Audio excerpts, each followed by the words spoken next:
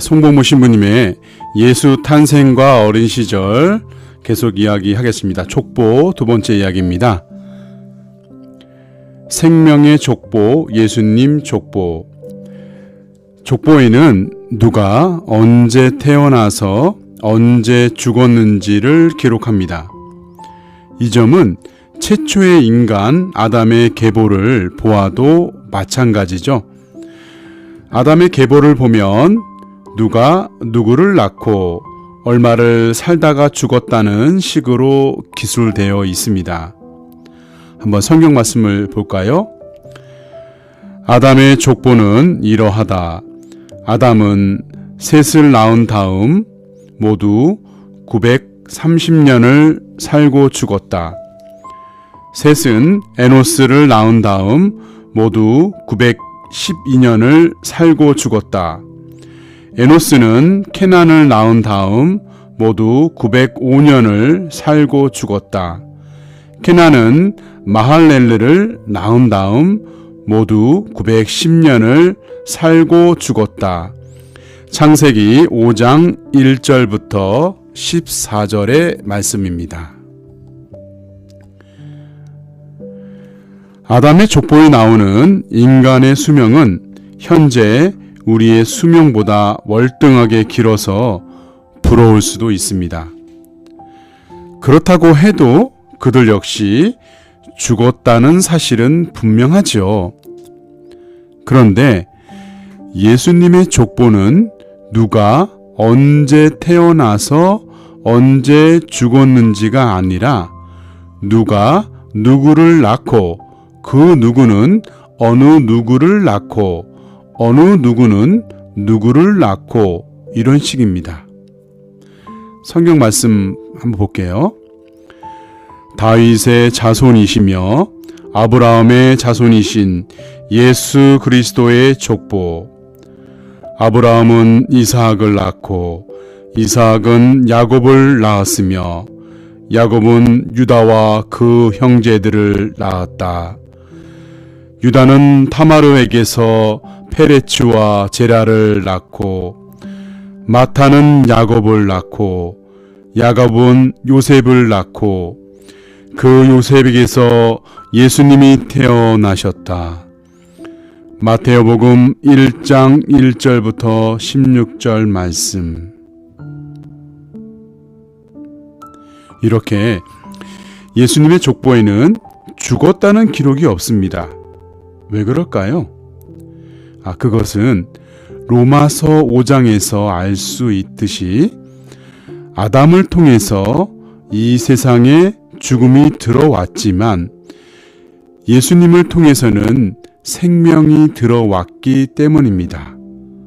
비록 우리도 언젠가는 죽겠지만 그것은 죽음이 아니요 영원한 생명으로 들어가기 위한 관문이기에 죽음에 대한 기록이 없는 것입니다.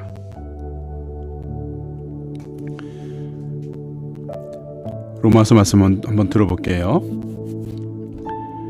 그 한 사람의 범죄로 그 한 사람을 통하여 죽음이 지배하게 되었지만 은총과 의로움의 선물을 충만히 받은 이들은 예수 그리스도 한 분을 통하여 생명을 누리며 지배할 것입니다. 로마서 5장 17절. 우리는 예수님의 족보에서 마지막 42대에 기록될 이름은 세례받고 주님의 자녀가 된 우리 이름이고 예수님의 족보에는 죽음에 대한 기록이 없다는 사실에서 어떤 영적 메시지를 얻을까요? 얼마 전까지만 해도 흑사병은 가장 무서운 전염병이었습니다. 일단 이 병이 돌기 시작하면 그 마을은 철저히 격리되어 마을 사람들은 죽을 날만 기다려야 했습니다. 지금부터 약 350년 전 영국에 흑사병이 퍼져서 1665년입니다. 런던에서만 무려 10만여 명이 죽어나갔다고 합니다. 일주일에 7,000명 이상이 목숨을 잃었습니다. 이렇게 무섭게 퍼져나가던 흑사병은 영국 북부 셰필드의 이웃 마을인 아이엄이라는 조그만 마을까지 번지게 되었습니다. 조지 비커스라는 재단사가 런던에 주문했던 옷이 든 소포를 뜯은 게 발달이었죠. 그 소포를 뜯는 순간 흑사병균을 붙여온 벼룩들이 튀어나와 집안 곳곳으로 흩어졌습니다. 그는 나흘 만에 죽었고 마을 전체에 흑사병이 퍼졌습니다. 다른 마을로 흑사병이 퍼지는 것을 막기 위해 외부로 통하는 모든 길목이 차단되었습니다. 아이엄 마을 사람들은 세상과 고립된 채 비참하게 죽어가야 했습니다. 그리고 1년이 지났습니다. 당연히 마을 사람들이 모두 죽었을 거라고 생각하고 아이엄을 찾은 이웃 마을 사람들은 깜짝 놀랐습니다. 무려 절반이 넘는 마을 주민들이 흑사병을 이기고 살아 있었습니다. 어떻게 이런 일이 가능했을까요? 그들은 흑사병의 무방비로 노출되어 있었고 마을 밖으로 도망칠 수도 없었습니다. 생존자 가운데 한 여인은 흑사병이 돌기 시작한 지 일주일 만에 남편과 6아이를 모두 잃었지만 자신은 살아남았습니다. 시신 수백 구를 묻었던 사람도 살아남았습니다. 이게 어떻게 된 일일까요? 그 비결은 혈통이었습니다. 살아남은 사람들의 DNA를 조사한 결과 그들은 흑사병균을 막아주는 항체를 가지고 있었던 거죠.